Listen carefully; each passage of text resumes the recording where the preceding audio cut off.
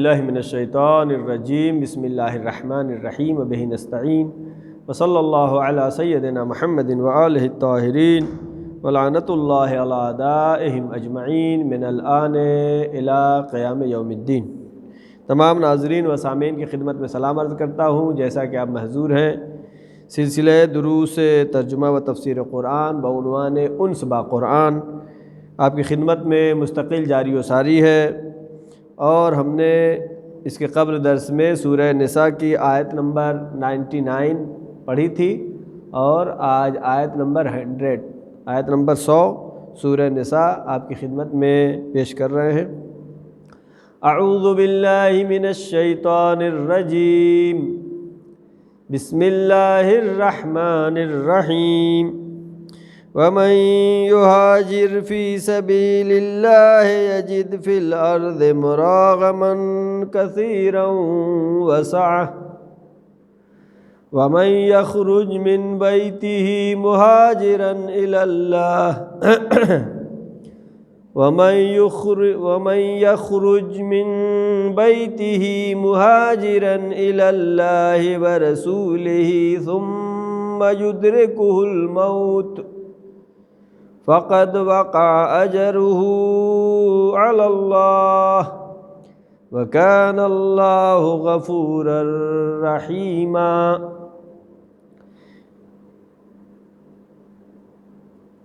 کل ہم نے جو آیت بیان کی تھی ہجرت کے بارے میں ہی تھی کہ مستضعفین دو طرح کے، ایک وہ واقعاً مستضعف ہے، کمزور ہے، جو ہجرت نہیں کر سکتا ہے، ایک وہ ہے جو ہجرت کر سکتا ہے لیکن اپنے دنیاوی آرام کے لیے، سکون کے لیے، عیش و عشرت کے چکر میں وہ ہجرت نہیں کرتا ہے۔ البتہ ہجرت کیوں؟ ہجرت اس مقام سے کہ جہاں پر انسان اپنے مذہب پر عمل نہیں کر سکتا ہے، ہجرت اس جگہ سے کرنا جہاں پر اپنے دین پر پابندی نہیں کر سکتا ہے، لہذا حکم خدا ہے۔ البتہ کل جو ہم نے پڑھا تھا وہ مکے سے ہجرت کے بارے میں تھا۔ البتہ قرآن مجید کی آیات مخصوص زمان و مکان نہیں ہے، ہر زمانے کے لیے ہے۔ یہ قرآن مجید کتاب ہدایت ہے قیامت تک کے لیے۔ لہذا آج جو آیت ہے، آیت نمبر 100 سورہ نساء، وَمَن يُهَاجِرْ فِي سَبِيلِ اللَّهِ، ہجرت کی فضیلت کو خداوند عالم اس آیت میں بیان کر رہا ہے۔ ہجرت کے فوائد کیا ہیں؟ وَمَن يُهَاجِرْ فِي سَبِيلِ اللَّهِ، جو ہجرت کرے اللہ کے راستے میں، فی سبیل اللہ اگر کوئی ہجرت کرے، یجد فی الارض مراغما کثیرۃ وسعۃ، وہ زمین پر پائے گا مراغما کثیرہ، بہت ہی جگہیں ہیں زمین پر اور بہت سی چیزیں ہیں، وسعۃ اور سعت ارض ہے۔ ایسا نہیں کوئی کہے کہ ہم ہجرت کر کے کہاں جائیں، اللہ کہہ رہا ہے ہجرت کرو، اور جو ہجرت کرے گا مراغماً کثیرۃ وسعۃ، اس کے لیے مراغم یعنی زمین بہت زیادہ ہے اور اس میں وسعت اللہ عطا کرے گا۔ یعنی ہجرت کرنے کے فائدے میں یہ ہے کہ اللہ وسعت عطا کرتا ہے۔ ایک تو یہ ہو گیا کہ وسعت، اور انسان کو آرام ملے گا، کامیابی ملے گی۔ ہجرت ہی سبب تھی کہ اسلامی تاریخ، اسلامی کیلنڈر کی ابتدا ہجرت سے کی گئی، اس لیے ہجرت ہی وہ ہے جس میں ترقی ہے۔ رسول اللہ کی بعثت کو ہجرت نہیں قرار دیا گیا، فتح مکہ کو تاریخ اسلام کا ابتدائی کیلنڈر نہیں قرار دیا گیا، رسول اللہ کی بعثت کو اسلامی کیلنڈر کی ابتدا کرنے کے لیے نہیں قرار دیا گیا۔ ایک عیسوی سال ہے جناب عیسیٰ کی ولادت سے ہے، اور اسلام میں جو سال کی ابتدا ہے وہ ہجرت سے ہے۔ یعنی جس وقت ہجرت ہوئی ہے، رسول اللہ نے مکے سے مدینے ہجرت کیا ہے، اور ہجرت کے بعد فوائد دیکھیں ہجرت کے۔ لہذا خداوند عالم فرما رہا ہے وَمَن يُهَاجِرْ فِي سَبِيلِ اللَّهِ، اللہ کے راہ میں، یعنی گناہ سے بچنے کے لیے، اچھے کام کے لیے اگر انسان ہجرت کرتا ہے، ایسے ماحول میں ہے جہاں پہ گناہ بہت زیادہ ہوتا ہے، وہاں سے ہجرت کر کے دوسری سرزمین پر جائے جہاں پر اللہ کی اطاعت کر سکے، گناہ سے ہجرت کر کے اطاعت خدا کی طرف آنا۔ یعنی ہجرت دو طرح کی ہو گئی، ایک ہجرت وہ ہے ظاہری ہجرت، مکان کا بدلنا، ایک ہجرت وہ ہے کہ اپنے اعمال کو، اپنے روح کو بدلنا، گناہوں سے ہٹ کر کے اطاعت خدا میں آنا، یہ بھی ایک ہجرت ہے۔ مکانی ہجرت کیا ہے؟ مکانی ہجرت یہ ہے کہ انسان ایک شہر سے دوسرے شہر چلا جائے۔ ہجرت سلسلے میں مولا کائنات حضرت علی ابن ابی طالب علیہ الصلوۃ والسلام فرماتے ہیں کہ اگر کوئی ہجرت کرتا ہے، مکانی ہجرت کرتا ہے، لیکن روحانی ہجرت نہیں ہوتی ہے اس کی، تو وہ ہجرت کرنے کوئی فائدہ نہیں ہے۔ مراغمن کثیرا وسا ومن یخرج من بیتہ، اور جو نکلے من بیتہ اپنے گھر سے، مہاجرن الی اللہ ورسولہ، اللہ اور رسول کی طرف ہجرت کے لیے،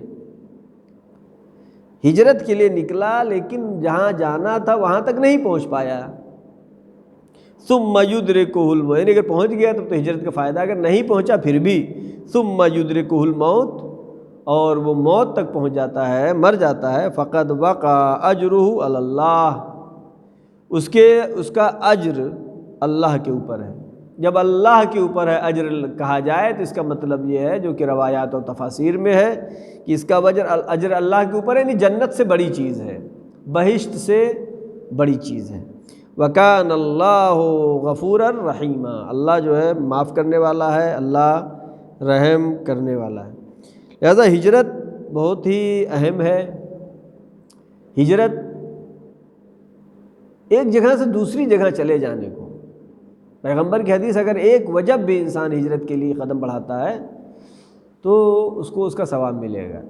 اور تفاسیر میں جو اس آیت کے شان نزول میں ہے کہ جب مکے سے لوگ ہجرت کر کے مدینے جا رہے تھے، ایک شخص جو کہ بہت بیمار تھا، حالانکہ اس کے پہلے کی آیتوں میں ہم نے پڑھا جو بیمار ہے، مجبور ہے، نہیں کر سکتا، لیکن بہرحال اس کے قوت ایمانی تھی، اس نے کہا میں بھی ہجرت کروں گا۔ اس کے بچوں نے اسے اٹھایا اور لے کر کے چلے، راستے میں اس کا انتقال ہو گیا، یعنی پہنچ نہیں پایا۔ آیت کیا کہہ رہی ہے کہ جو ہجرت کے لیے نکلے، مہاجرن الی اللہ ورسول، اللہ رسول کے لیے ہجرت کرے، جیسے اصحاب کہف نے ہجرت کیا، اللہ اور رسول کے لیے ہجرت کیا، آج بھی زندہ ہیں۔ ثم یدرکہ الموت، پھر موت آ جائے تو اس کا اجر اللہ کے اوپر ہے۔ اور یہ آیت پوری ہو گئی ہے۔ اس کے بعد کی آیت جو ہے وہ پڑھ لیتے ایک آیت اور، وَإِذَا ضَرَبْتُمْ فِي الْأَرْضِ فَلَيْسَ عَلَيْكُمْ جُنَاحٌ أَن تَقْصُرُوا مِنَ الصَّلَاةِ إِنْ خِفْتُمْ أَن يَفْتِنَكُمُ الَّذِينَ كَفَرُوا إِنَّ الْكَافِرِينَ كَانُوا لَكُمْ عَدُوًّا مُبِينًا۔ اب جو ہجرت کر رہا ہے آدمی، سفر کر رہا ہے، سفر کے بارے میں یہ آیت جو ہے، آیت نمبر 101 قصر نماز کے بارے میں ہے، یعنی جب آدمی سفر کرے 8 فرسخ تو اس کی نماز قصر ہو جاتی ہے۔ وَإِذَا ضَرَبْتُمْ فِي الْأَرْضِ، جب تم زمین پر پیر مارو یعنی سفر کرو، فَلَيْسَ عَلَيْكُمْ جُنَاحٌ أَن تَقْصُرُوا مِنَ الصَّلَاةِ، فَلَيْسَ نہیں ہے تمہارے اوپر کچھ، کوئی حرج نہیں ہے تمہارے اوپر، کوئی گناہ نہیں تمہارے اوپر، ان تقصروا من الصلاۃ، کہ نماز کو تم قصر پڑھو، یعنی جو 4 رکعت نماز ہے اس کو 2 رکعت پڑھو، یعنی صبح کی نماز قصر نہیں ہے، مغرب کی نہیں ہے، ظہر کی، عصر کی اور نماز عشاء 4 رکعت سفر کی صورت میں 2 رکعت ہو جاتی ہے۔ ان خفتم ان یفتنکم الذین کفروا، اگر تم یہ ڈرتے ہو، ان یفتنکم الذین، جو کفار ہیں وہ تمہارے ساتھ فتنہ کریں گے، شرارت کریں گے، خوف ہے، تو پھر قصر نماز پڑھو۔ ان الکافرین کانوا لکم عدوا مبینا، بے شک کافرین تمہارے کھلے ہوئے دشمن ہیں، اللہ کے منکرین تمہارے کھلے ہوئے دشمن ہیں۔ تو یہاں پر آیت میں ہم جو پڑھ رہے ہیں وہ کیا ہے، قصر اذا ضربتم، جب سفر کرو تو تمہارے اوپر کوئی حرج نہیں ہے کہ قصر نماز پڑھو، اس سے کوئی یہ نہ سمجھے کہ کوئی گناہ نہیں ہے قصر نماز پڑھو، نہیں، قرآن مجید مجموع قاعدے کو بیان کرتا ہے، اس کے مفسرین واقعی پیغمبر اکرم حضرت محمد مصطفیٰ صلی اللہ علیہ وآلہ وسلم اور ائمہ معصومین علیہ السلام ہیں، لہذا روایات سے ہم کو سمجھنا ہوگا۔ آیت کہہ رہی کوئی گناہ نہیں کہ تم قصر کرو، اس کا مطلب یہ نہیں کہ دل چاہے قصر پڑھو، دل چاہے تو پوری پڑھو، نہیں، بلکہ روایات بتاتی ہیں کہ سفر میں نماز کا قصر پڑھنا واجب ہے۔ کیوں؟ اس لیے کہ ایک رحمت خدا ہے، رحمت خدا کا انکار کرنا کفر ہے، لہٰذا روایات میں جو آیا ہے کہ قصر ہے سفر میں نماز۔ اور بعد میں آیت جو کہہ رہے ان خفتم، اگر تمہیں ڈر ہے، خوف ہے، تو یہ ایسا نہیں ہے کہ صرف خوف کی صورت میں ہی قصر نماز، بلکہ جیسا کہ روایات اور اہل بیت جو کہ مفسرین قرآن ہیں، چونکہ سفر میں انسان کو مشکل ہوتی ہے، لہذا خداوند عالم کی طرف سے یہ ہدیہ ہے۔ جب ہدیہ الہی ہے تو پھر وہاں پر خوف کی صورت میں تو ہے ہی قصر، اور سفر میں خوف نہ بھی ہو تب بھی قصر ہے۔ اور جس کو جو ہے ائمہ معصومین علیہ السلام اور پیغمبر اکرم نے جو مبین قرآن ہے، جنہوں نے بتایا ہے کہ نماز قصر کا یہ حکم ہے۔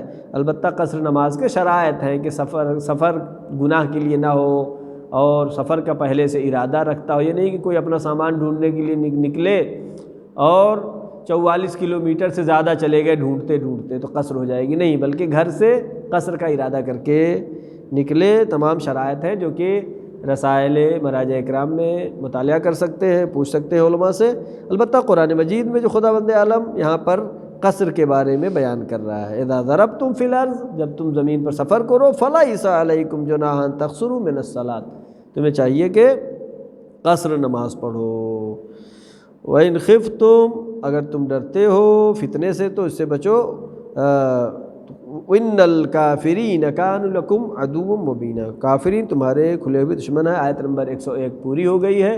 صدق اللہ العلی العظیم۔ اللہم صلی علی محمد۔ ایک مرتبہ سورہ حمد اور 3 مرتبہ سورہ توحید کی تلاوت فرما کر تمام مرحومین مومنین و مومنات بالاخص اپنے مرحومین کو ایصال ثواب کریں۔ اللہم صلی علی محمد۔